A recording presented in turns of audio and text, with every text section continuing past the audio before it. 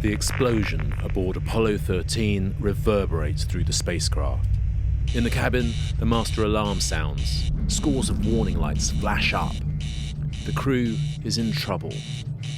Commander Jim Lovell fears something catastrophic, but he doesn't know what. We first thought that maybe a meteorite had hit the spacecraft. Still, something is seriously wrong. But nearly 200,000 miles away, for the team in Mission Control, realization has yet to dawn. Neat rows of flight controllers sit in front of their consoles, immaculately turned out in white shirts and thin ties, casually monitoring the readouts on their screens. The room is relaxed.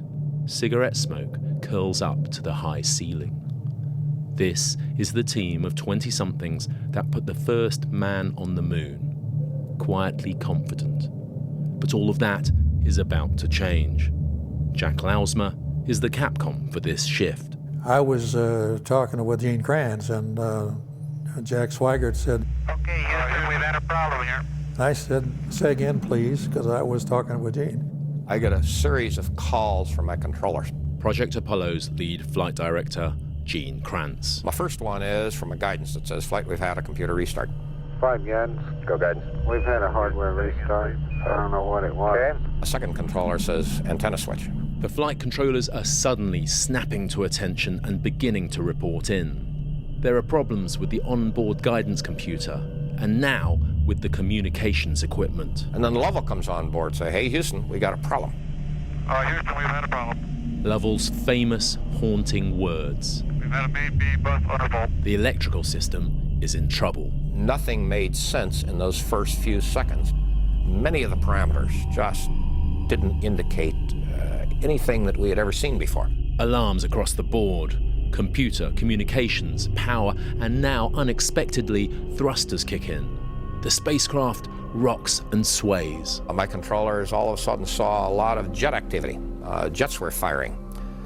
We then see Lovell, and this is all happening in seconds. We then see Lovell take control of the spacecraft and fly into an attitude so he can keep communicating with us. And for about 60 seconds, literally the calls kept, just coming in, but they made no sense. They made no pattern right on down the line.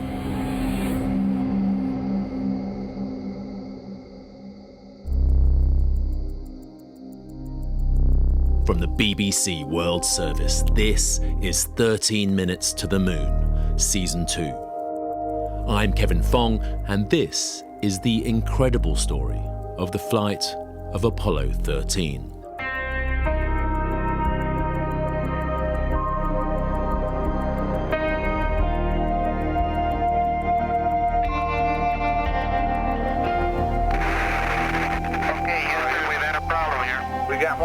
We lost O2 tank 2 pressure. That can't be. Let's make sure we don't blow the whole mission. There's one whole side of that spacecraft missing. That's the end right there.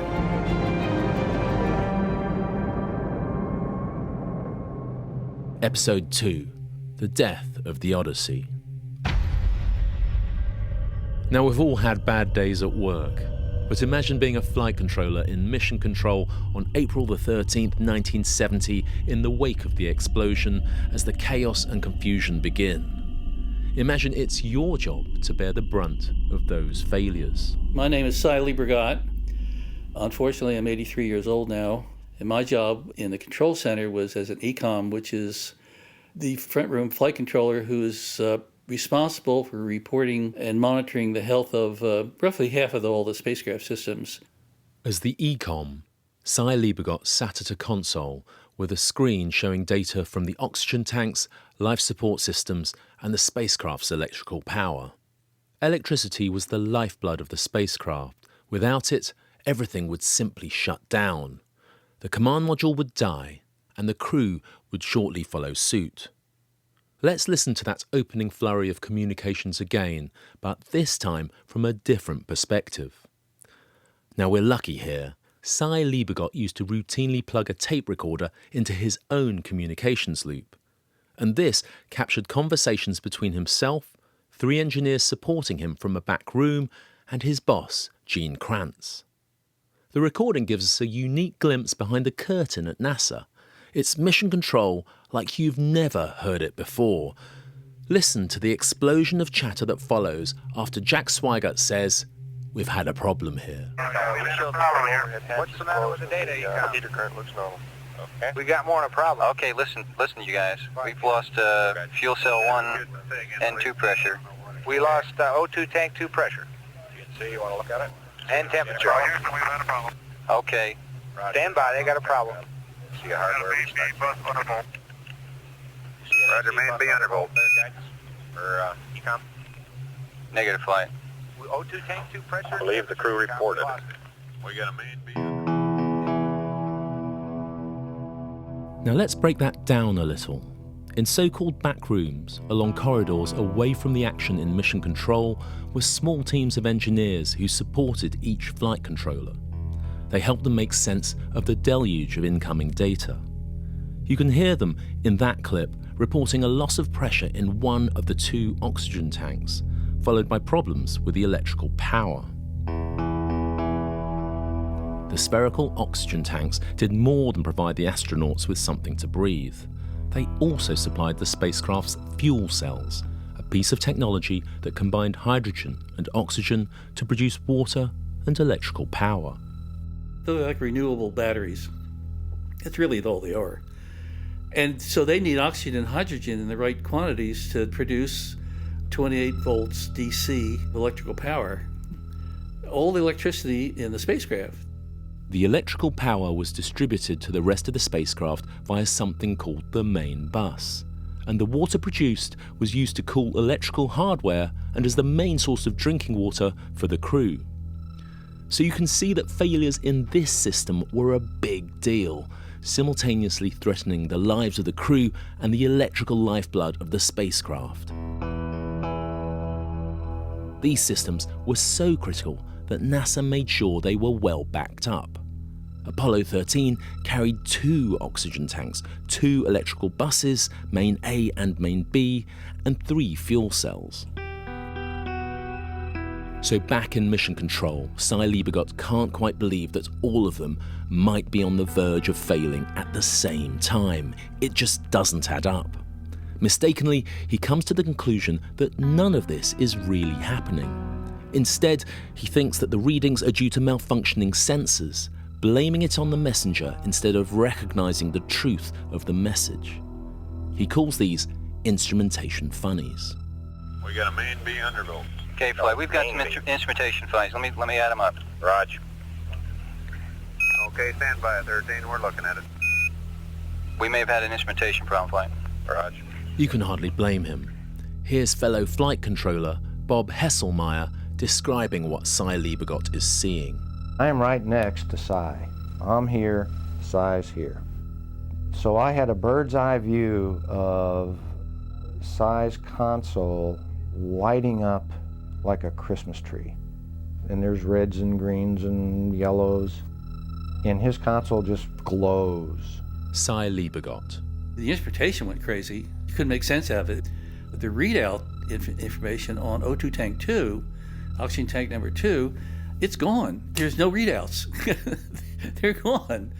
And I'm watching O2 tank 1, and it seems to be coming down in quantity and pressure.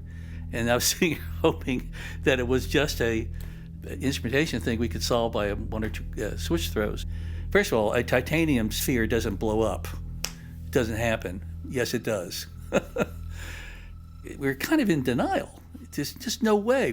Liebergott's flight director, Gene Kranz, also thinks they've been victim of a relatively minor problem, that the crazy data they're seeing is simply connected to a malfunction with one of the spacecraft's communication antennas. In reality, the antenna was knocked out of position when the service module's panel blew off. I had written the time of this event. It was 55 hours, 55 minutes, 4 seconds, and I called over my communications guy. Let's see if we can correlate those times. Get the time when you went to wide beam there, Enco. And say, can you see if you can take a look at your data and see if anything else happened at the time of that event? And he comes back and he says, Flight, that's when we also saw this antenna beam switch. We went to wide beam with Flight at 55:04, the best we can tell. So all of a sudden I went down sort of a false track to thinking, hey, we had had a antenna problem, a glitch in the antenna, some kind of an electrical short circuit.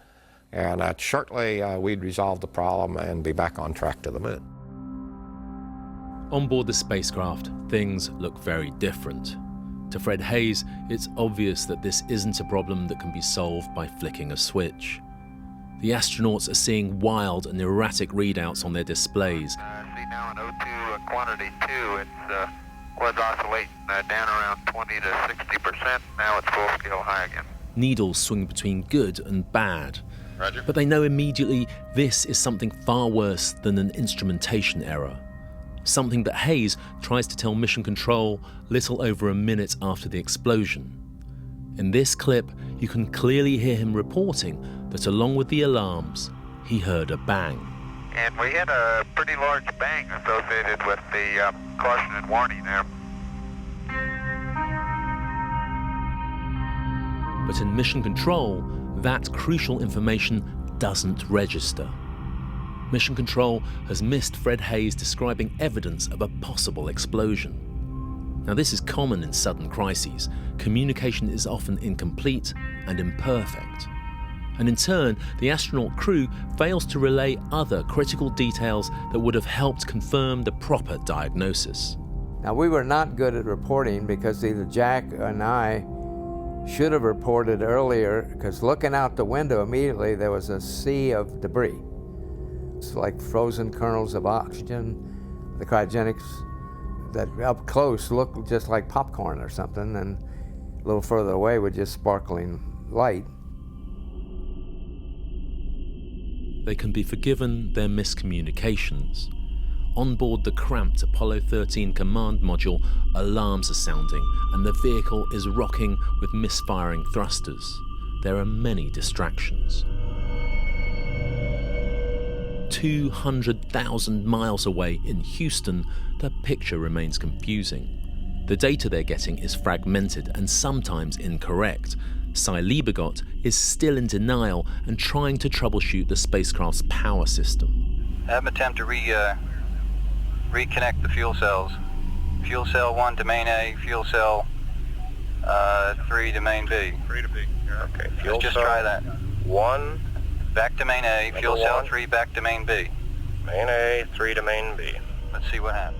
It's all in vain. Okay, Houston, I'm showing, I tried to reset, and fuel cell 1 and 3 are both showing gray flags, but they're both showing zip on the flows. Haise tells them that fuel cells 1 and 3 aren't working. All the switching and swapping in the world isn't going to solve that. Across Mission Control, all the other flight controllers are busy at their consoles battling their own problems and, like Cy Liebergott, are trying to make sense of them. Now, are you seeing an attitude problem, or are you seeing some bi-levels that are giving you problems? No, it's some low pressures, which would be symptomatic of the helium valve closing and firing some jets. Capcom Jack Lausma says nothing in their 6 months of otherwise exhaustive training had prepared them for a disaster on this scale. The simulation instructors had forced them to rehearse almost every failure imaginable, but not this. We had what we call integrated mission simulations for the 6 months or so prior to the flight, where the spacecraft simulator is active with the Mission Control Center. And there are 3 diabolical guys in a side room there called simulation superintendents, and they're the guys who dream up serious problems and throw them at you. And this is the way we learn to handle those problems. But this was a problem that we had never seen before. Often our problems would be solved with doing something with instrumentation, or a thruster's not working, or we've got a leak or something like that. But not all of things combined. And so for a while, the Mission Control Center was confused as to what was happening, because we saw all of those kinds of things in one big fell swoop. And so there's the question, well, is this real or isn't it? Keeping control of your team in the face of something so chaotic is tough. For Mission Control, it's a dangerous time. Without proper discipline, things will disintegrate. But this is the genius of Kranz's leadership. He finds a way to force his flight controllers to stop, reset their approach, and start again afresh. And it's Jack Lausma who spurs him into action. Jack Lausma, who's my Capcom, comes to me and he says, Flight, is there anything that we can do? Is there anything that makes sense? Is there anything they can trust? Is there any kind of leads we can give them? Are we looking at instrumentation? Or we got a real problem or what? Lousma is he's sort of acting as my conscience right now, because we've been sort of scatter shooting in here. And all of a sudden I start, instead of listening to every crew call and controller call and relaying it up, I start being much more selective of this process, because I'm starting to get the feeling that this isn't a communications glitch. It's something else. We don't understand it. So I proceed very meticulously, and I call the controllers up and tell them that, okay, you guys, quit your guessing. Let's start working this problem. Liebergott is mid-sentence when Krantz cuts in and suddenly decides to radically shift his approach. Roger. Flight Econ? Go, Econ. Let's reverse the configuration request. Okay, but wait a minute. We got a good main A bus. Let's make sure that whatever we do doesn't screw up main A. Can we review our status here, Si, and see what we've got from a standpoint of status? What do you think we got in the spacecraft that's good?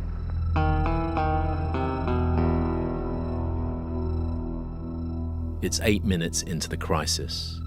It's now a struggle to keep enough power flowing through the command module systems. From Liebergott's back room, Dick Brown, the engineer monitoring the electrical power systems, or EPS, comes up with a solution. He recommends that the crew resort to using one of the command module's batteries to keep vital equipment running. EPS. Standby flight. Go EPS. Let's throw a battery on bus B and bus A. Okay. After we sack it out. Now, that might sound innocent enough, but the 3 small batteries in the command module are all essential. Their role is to run the vehicle during the critical re-entry phase. They're designed to last only a few hours and have to power everything from the guidance computer to the parachutes. And that decision, to use them now, is going to haunt Mission Control later. Using the batteries is a holding measure, but for now, it's nearly all they can think to do.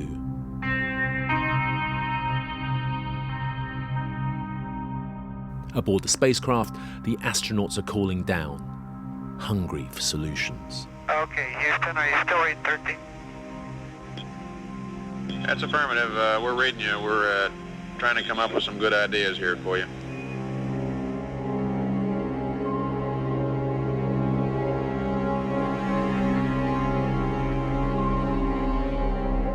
In Houston, it's around 9:20 in the evening. Somehow the flight control team have kept Apollo 13 flying, but their heads are down, focused on that task. Mission Control still haven't got a clear sense of what's happened, and still think there's a chance it might not be a real problem. They start to call in team members from home.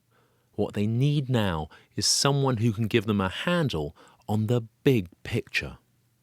In a house a few miles from the Space Center, a telephone rings, and John Aaron answers.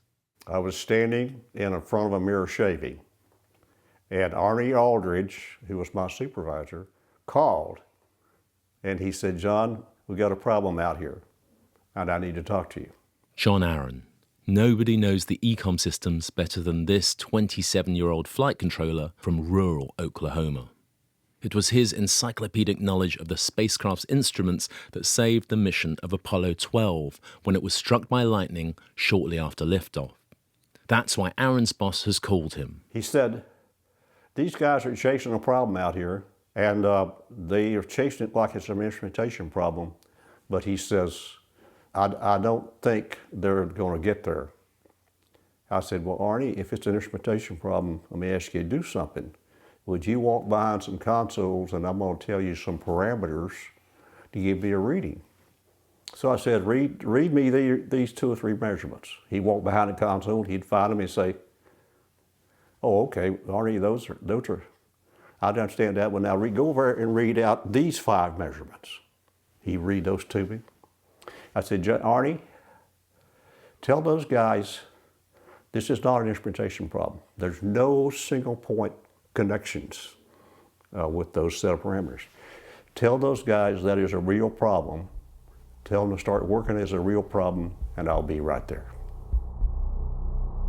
Back in Mission Control, the conversation between Cy Liebergott and his backroom support lurches from denial and disbelief to dread. The truth is beginning to dawn. We might have a pressure problem in a fuel cell, it looks like. Yeah, see Two the fuel cells simultaneously. That can't be. I can't believe that right off the bat. But they're not feeding currents. Yeah, if you believe that N2 pressure, we blew a sphere. And that's Cy Liebergott entertaining the horrible possibility that an oxygen tank may have exploded. Now, we might have lost fuel cell 1, and it looks like fuel cell 3 is gone too. I don't know where to start. We had a thing that we would do if things got real tense. You know, our consoles had handles. Well, we use these handles as we call them security handles. If there was a bad problem, you could see us grabbing one handle. And if it was a real bad problem, we'd be grabbing both handles. And I had my hands on both of those handles because it was, it's a feeling of like being trapped. You know, you get the cold feeling in the pit of your stomach, like this is really bad. But you can't get up and go home because of, you know, a fleeting thought of getting up and going home did pass in my mind, but that was not an option. 14 minutes since the explosion. So far, Mission Control has been concentrating on the electrical power system. But now, from the spacecraft, Jim Lovell chimes in, refocusing Mission Control's attention on a different threat. It's a reading which the EECOM team have seen already, but didn't believe. One of the 2 oxygen tanks is empty. Jack, our O2 quantity number 2 tank is reading 0. Did you get that? O2 quantity number 2 is 0. For Fred Haise, this confirms his worst fears. It was apparent that the 2 needles in different meters were in the bottom on oxygen tank 2. So that, and they're different sensors that triggered those needles. So I knew pretty assuredly that we had definitely lost oxygen tank 2. And his first thoughts turned to their lunar mission. I was sick to my stomach with disappointment because I knew that meant we wouldn't land on the moon. We had lost the landing mission. So if you lost any one of the 2 critical elements, always the answer was abort. So it was not life-threatening. You know, with the oxygen tank, I thought would just stay powered up and eventually just keep going and come on back home as soon as possible. But Haise is wrong about that. The Apollo 13 crew are in danger of losing far more than the moon. Jim Lovell lifts his eyes from Odyssey's instrument panel. I looked out the side window and saw escaping at a high rate of speed a gaseous substance out into the vacuum, which was like a hose going out, that I knew we were in deep, deep trouble. It looks to me, looking out the hatch, that we are venting something. We are venting something out into space. Roger, we copy your venting. That's what I think woke everybody up to say, you know, this is something real. It's a gas of some sort. Lovell is seeing a fountain of liquid oxygen pouring into space and freezing in the vacuum. But it's not coming from Tank 2. Its contents were lost immediately after the explosion. This oxygen is coming from Tank 1, leaking through a broken pipe, slowly but surely bleeding out the command module's last reserve of oxygen. A chill descends on Mission Control. The crew thinks they're venting something. I heard that flight. Out into space. Okay, let's everybody think of the kind of things we'd be venting. GNC, you got anything that looks abnormal in your system? Negative flight. How about you, EECOM? You see anything that, with the instrumentation you got, that could be venting? Okay, fuel cell 1, you just wanted off the line now, Jack, is that right? We just wanted to confirm flight. Fuel cell 1. Okay, she's off the line. Let me look at the system flight as far as the venting is concerned. Okay, let's start scanning. What was going through your head when Lovell said that he could see something venting from the spacecraft? Terror, because there couldn't have been a worse vindication of what we were seeing. And to me, it was so obvious that that's probably what the problem was, that we'd blown the tank and it was venting out, and I didn't want to deal with it at that point in terms of describing anything. Of course it was probably that. I assume you've called in your backup ECOMs? ECOM? Flight, say again? Have you called in your backup ECOMs now? See if we can get some more brain power in this We thing? got one here. Roger. In Houston, the sense of alarm starts to build, but Krantz steps in quickly to cut it off. Okay, now let's everybody keep cool. We got the LEM still attached. The LEM spacecraft's good, so if we need to get back home, we got a LEM to do a good portion of it with. Okay, let's make sure that we don't do anything that's going to blow our CSM electrical power with the batteries, or that will cause us to lose the main or the fuel cell number 2. Okay, we want to keep the O2 and that kind of stuff working. We'd like to have RCS, but we got the command module system, so we're in good shape if we need to get home. Let's solve the problem, but let's not make it any worse by guessing. But the situation is only going to get worse. 2 of the 3 fuel cells are down, and the spacecraft is losing its oxygen supply. They're now in survival mode, trying to save what they can. Cy Liebegot's backroom support engineer, Dick Brown, makes a blunt assessment. They need to save power. It's time to start switching off some of the equipment in the command module. ECOM, this is EPS. Go. I think we ought to start powering down. Yeah. Can we, let's get to power down. Liebegot and his backroom team scramble to find their emergency checklists. There's a written procedure even for this. Yes, there's a rush, but things have to be powered down in exactly the right way, in exactly the right sequence. Dick, which one you want? Emergency what? Coast PTC, emergency power down. A14-4. Let's get in the checklist. Okay. All emergency. Cy Liebegot now has to tell Gene Krantz that the crew must put this plan into action. And you can hear from Liebegot's hesitancy that he doesn't quite know how to break the bad news to his flight director. Flight. Go ahead. I think the best thing we can do right now is start a power down. Okay, Let's go down the emergency 1-5. what, you want to go to power down? Give me the page. Emergency 1-5 flight. We'll go down, try to get a delta of 10 amps reduction. Liebegot is asking for a huge reduction in power, 10 amps. Krantz can barely believe it. Listen out for the low whistle. What do you want to power down to? I want to power down a total of 10 amps flight. A total of 10 amps. That's firm. Okay. But Krantz gets over it quickly.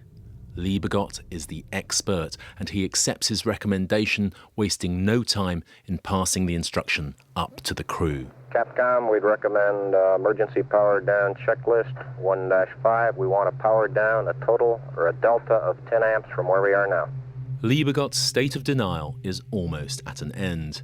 He's given up on 2 of the 3 fuel cells. He knows that one of the oxygen tanks is empty, but he's not sure why. And now he's sharing his fears about the last remaining tank with backroom support engineer Larry Sheeks. ECOM ECF. Go. Okay, Si, what were you going at here? Trying to figure out what happened to that O2 tank 2. Right. Yeah, and we're losing tank 1, if we can believe it. Losing what? Tank 1 pressure.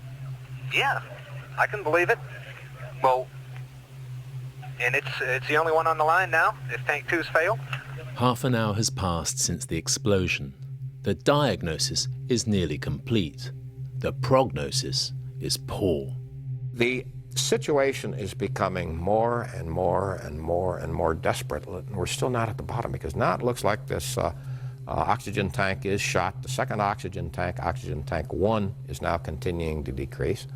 2 of our fuel cells are offline, and these are our principal power generation systems that we use. And about this time, Kraft has come in. Chris Kraft, a titan of Project Apollo, the man who invented the very concept of mission control. Krantz needs his support, gets him in, and delivers a frank summary. He was home showering. I had Lenny give him a call.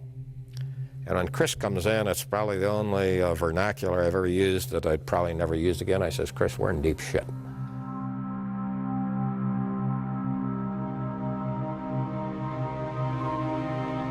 Capcom Jack Lousma adopts a more upbeat turn of phrase when he radios Jim Lovell with some words of reassurance. Okay, 13, we've got lots and lots of people working on this. We'll get you some dope as soon as we have it, and you'll be the first one to know. Lovell's response is terse. Oh, thank you.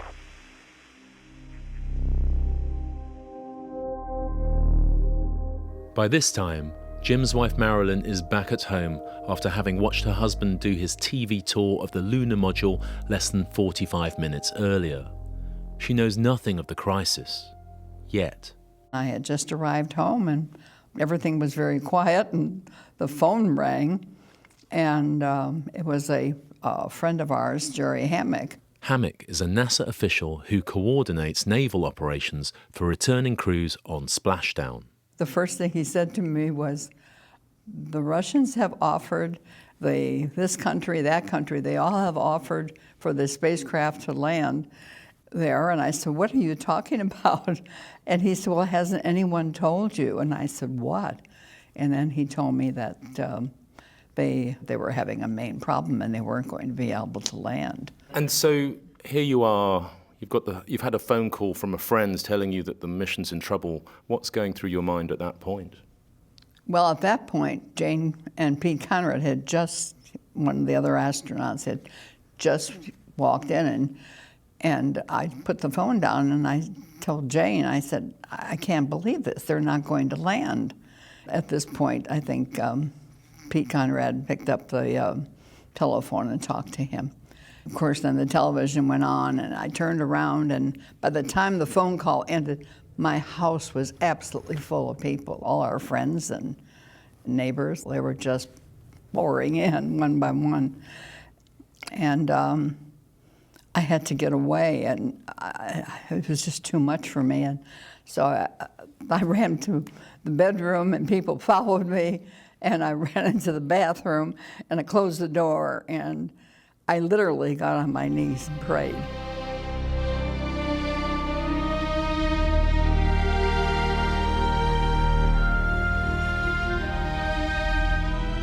Odyssey is now a doomed vessel. 13, this is Houston.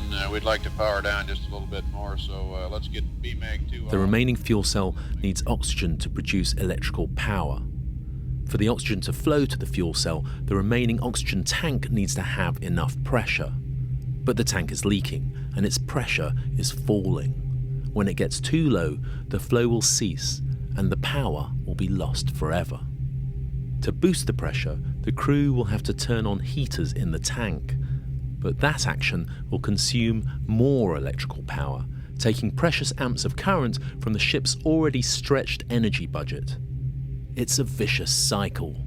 The ship is going down. Let's have them turn the heaters on manually in O2 tank 1. O2 and we'll watch the pressure. Tank 1. Capcom, we want to get cryo O2 tank number 1 heater on. We'd like to build up the pressure in O2 tank 1, so turn the heaters on manually. We'll watch the pressure for you. Okay. You want the, we're going to get a main bus 800 volt probably. Roger, we realize that. We feel we can stand 5 more amps on it. Okay.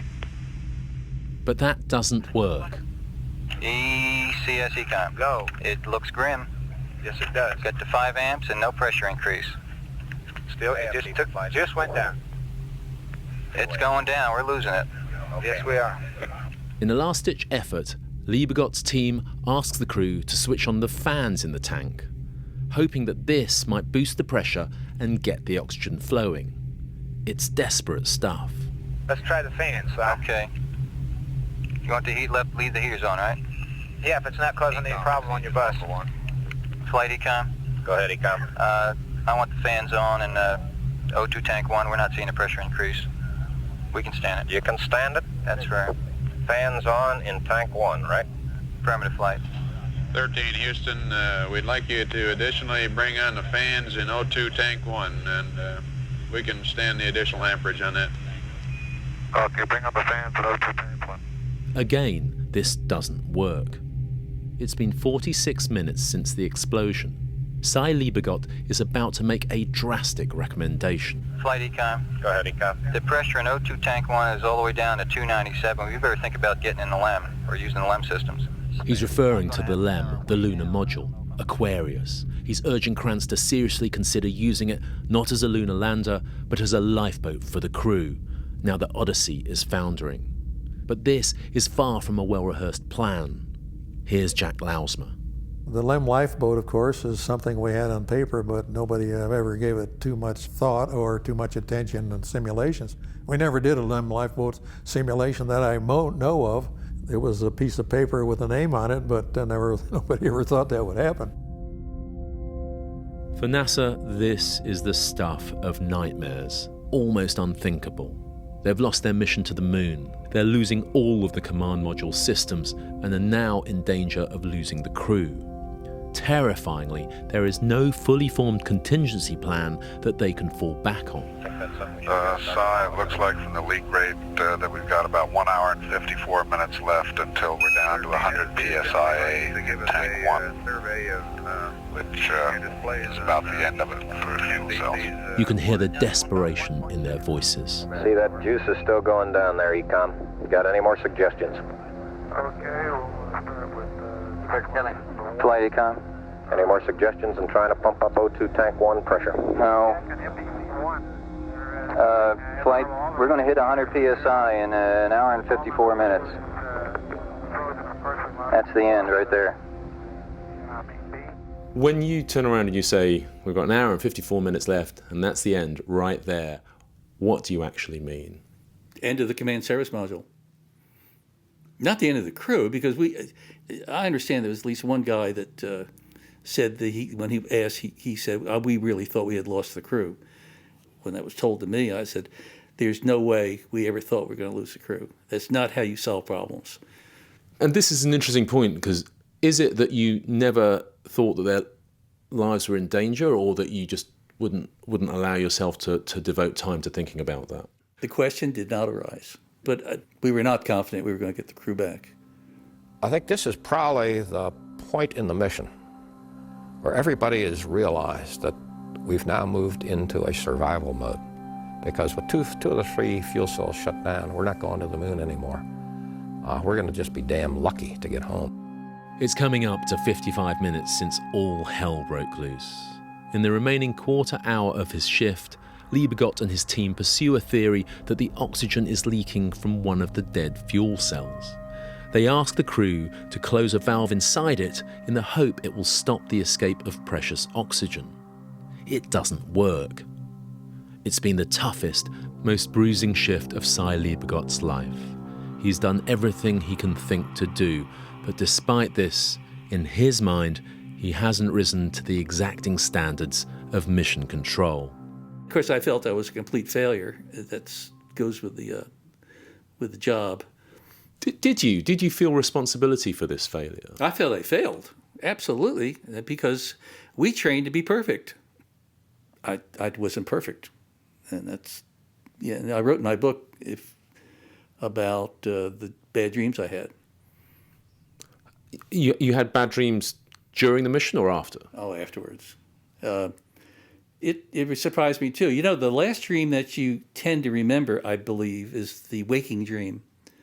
And you wake to it, you'll remember it, at least for a time. And I started having these waking dreams where I would relive the whole episode, minute by minute, absolute clarity.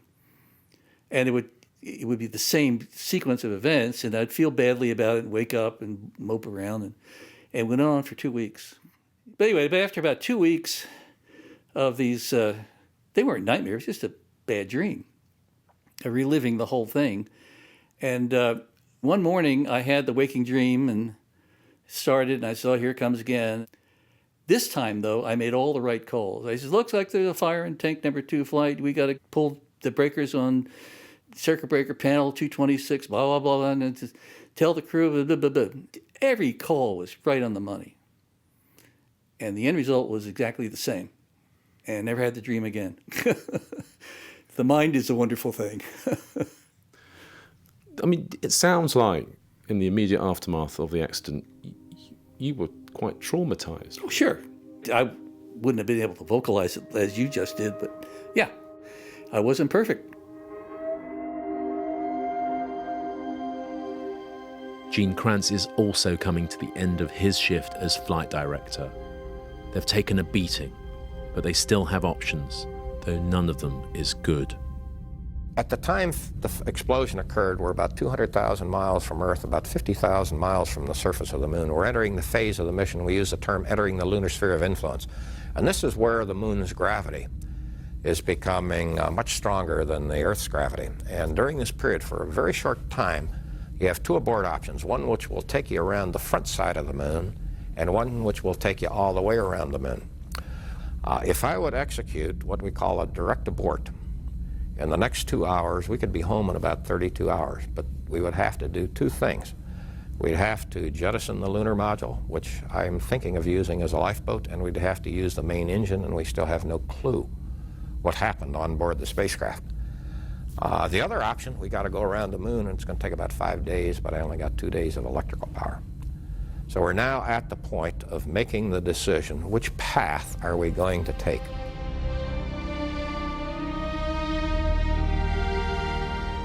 The crew of Apollo 13 is still in peril, but for Gene Kranz and his team, the shift is at an end.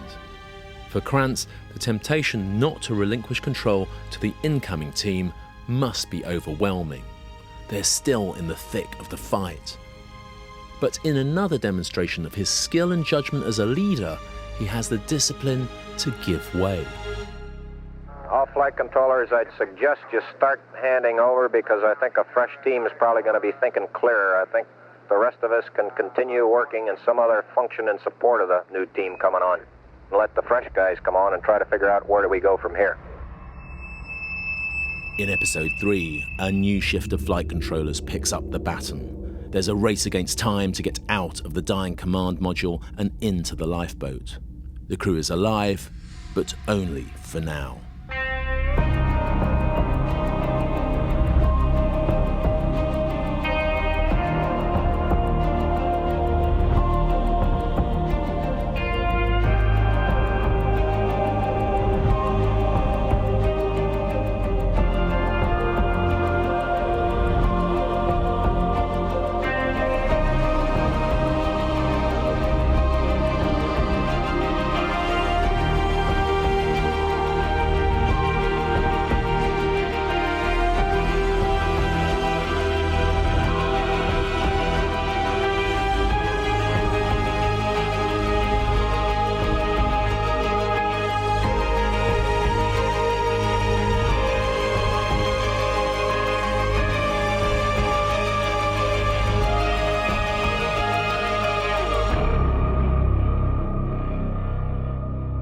"13 Minutes to the Moon" is an original podcast from the BBC World Service.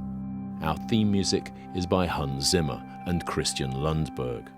This episode is written by me, Kevin Fong, and the series producer Andrew Luck Baker. In the trench with us is series editor Rami Zabar. Technical production is by Tim Heffer, and our story editor is Catherine Winter of In the Dark at APM Reports. Thanks to NASA and the Johnson Space Center Oral History Project for the archive interview with Gene Kranz and Bob Hesselmeyer. Additional thanks to Cy Liebergott and also to Simon Plumpton and Issa Seng for their help with the mission audio. You can find films, photos from the archive and more about Apollo 13 at bbcworldservice.com/13 minutes. With the BBC World Service podcasts, we're trying to reach people all over the globe. So if you know someone who's never listened to a podcast before, we'd love it if you could show them how to listen and how to find 13 Minutes to the Moon. The World Service podcast editor is John Manell, and the senior podcast producer is Rachel Simpson. And thanks to our digital team.